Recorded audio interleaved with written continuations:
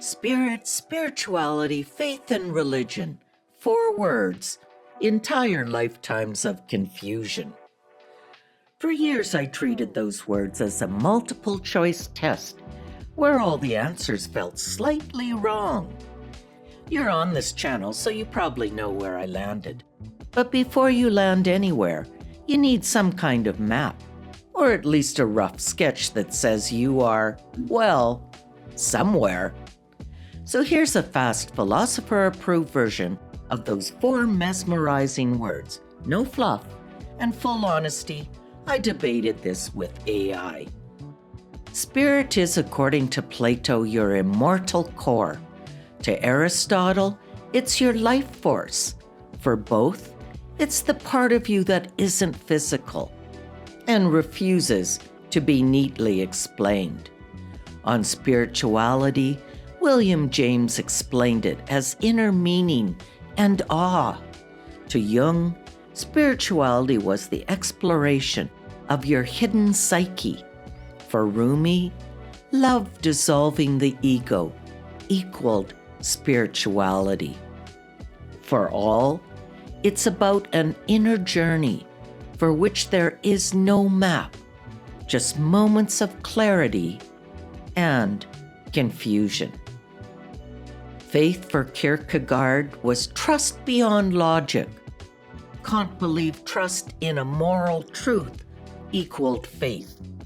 Bottom line, for both of them, faith equaled commitment without certainty. In terms of religion, Durkheim identified it as community and ritual. For Kant, it was morality through story. For both, religion builds the structure, and spirituality is the experience inside it. This is where I disagreed. Philosophy defines religion as community and meaning, but in my experience, it can feel like rules first, experience second. After a long debate on the subject, even AI admitted that the distinction between religion and spirituality that I made makes sense because for me, spirituality is inner, intuitive, personal. Religion feels external, structured, and sometimes a little rigid. And I'm not alone. William James separated the personal experience of God from the institution. Emerson even warned, religion can sometimes block direct connection to the divine. Still, I don't reject religion. Some people find real depth there. Others, like mystics, stay within a religion, but live from experience, not dogma. They follow a map, but are open to wandering off the path. Wandering off the path is my personal story of my spirituality. I spent decades exploring metaphysics, meditation, manifestation, mind-body work. If it promised meaning, I tried it. I also witnessed the deep, lived spirituality of indigenous cultures, something that has remained with me all these years since. I even considered organized religion. And then life collapsed when, within 18 months, my father, my mother, and my dog died, and my husband took his own life. No philosophy prepares you for that. Not Plato, not Kant, not anyone. So I kept moving. And somehow I walked into a Buddhist temple, not as a big decision, but as a step of quiet desperation. And in that temple, something clicked.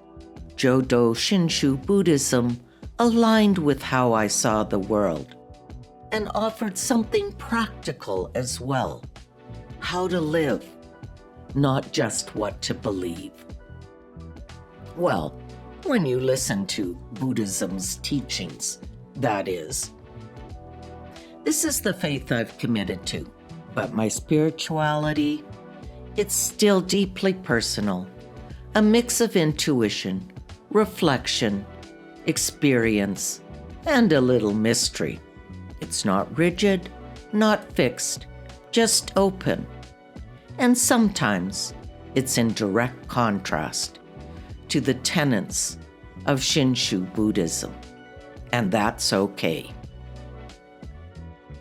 My spirituality waxes and wanes, and sometimes I listen, sometimes I even hear.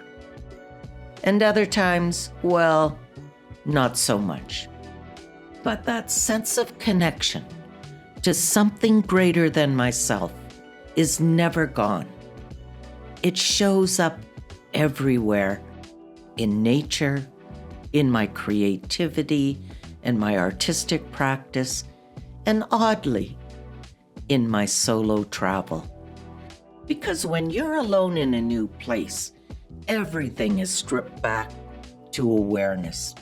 There's no role, no external noise, just you and what you see around you. And that's why this channel exists. Visual Collab Spirit is a place where spirituality, creativity, presence, and solo travel meet to tell the visual stories that life has given me. It's like a dream to see my diverse passions and talents unite for this channel. And that's why I selected Dreaming as the first feature film. The film's location lends itself to the ideas of how spirit moves through ordinary life, through travel, through creativity, and through those quiet moments when you start to understand yourself.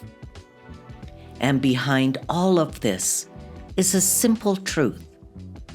The stories are real, sometimes funny, sometimes devastating, but always very human.